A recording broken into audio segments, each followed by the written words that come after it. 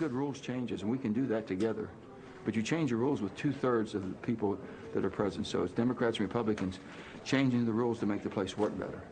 Getting rid of the filibuster does not make it work better. While I continue to support these bills, I will not support separate actions that worsen the underlying disease of division infecting our country.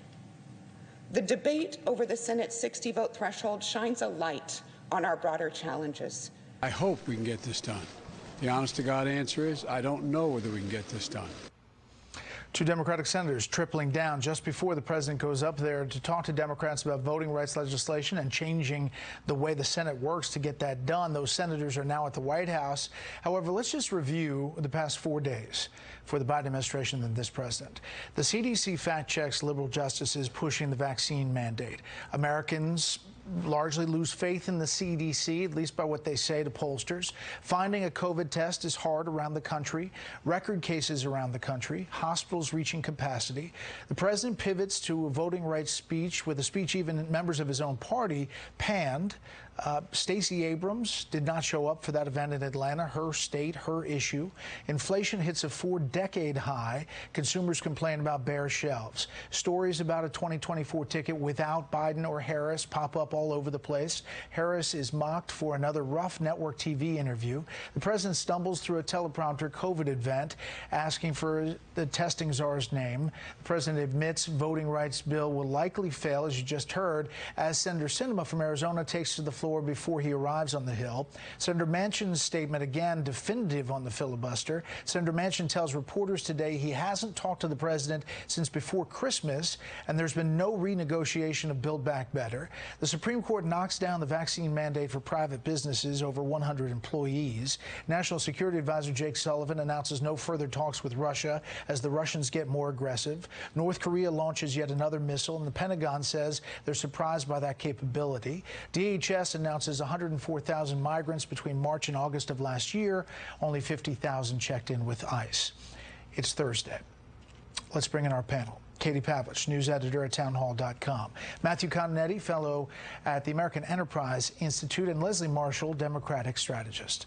Leslie, I just wanted to list all of that because it was all at once, but it has been a bad week for the end of the president's first year in office.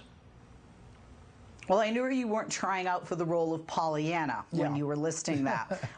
Look, I'm a Democrat, but I'm a realist. A lot of these things aren't good. And this weighs into, I think, why we see polls dropping for the president. Because what do Americans see? They don't see unemployment rate down. They don't see Wall Street stronger. They don't see increased wages. They don't see any job gains. What they see is inflation. They don't see that we are not just fighting a variant that is spreading faster, but fortunately, a variant that is not leading to the number of deaths or the type of ICU hospitalization we have seen and the type of long-term illness we have seen with the first variant and with Delta. What we see is highest numbers ever, more children in hospitals, and the list just goes on. So certainly a lot of these things that the American people are seeing or hearing or reading are not positive, and this weighs in to their feelings. Because remember, it's not always what's factually going on. A lot of times it's the feeling of what is going on.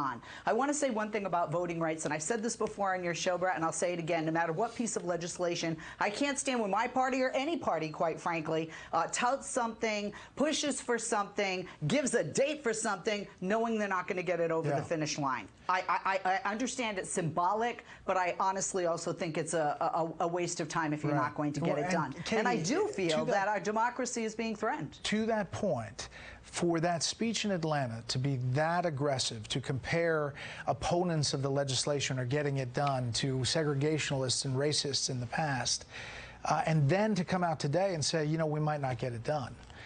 That's, I think, what Leslie's referencing there. Well, Brett, the president knew going into Atlanta that he was not going to get this done, and Stacey Abrams also understood that he wasn't going to get this done. And it's pretty astonishing that the president went to Atlanta and revived this Jim Crow 2.0 argument that Stacey Abrams made, which then got the Major League Baseball's All-Star game kicked out of Atlanta, which hurt the very people that they were trying to talk to and encourage. And so the president going to Capitol Hill multiple times, getting no concessions on this issue. And it really is interesting he would choose the filibuster, considering just in 2019, when he was running for president, he was asked about this repeatedly and said he did not favor a change in Senate rules.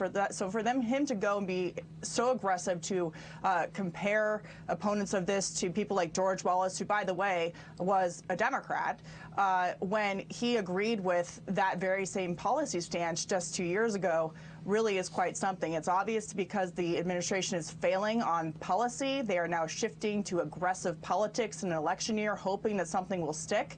But clearly, after that list that you just ran down, that's not working 5 days before the one-year anniversary of his inauguration. Right. And Matthew, I mean, it's clear it's showing up in the polls. That Quinnipiac poll was, and everybody's referenced it, but it's because the numbers have been so shocking. 33% overall, 25% with independents, 24% with young people.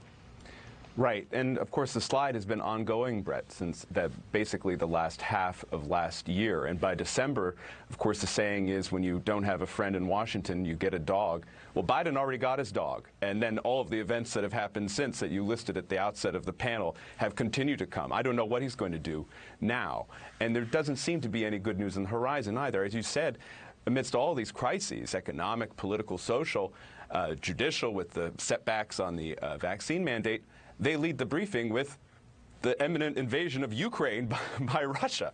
So it's bleak days in Joe Biden's Washington. Leslie, and the more interviews the vice president does, it does not seem to be changing the perception of her ability to do those interviews.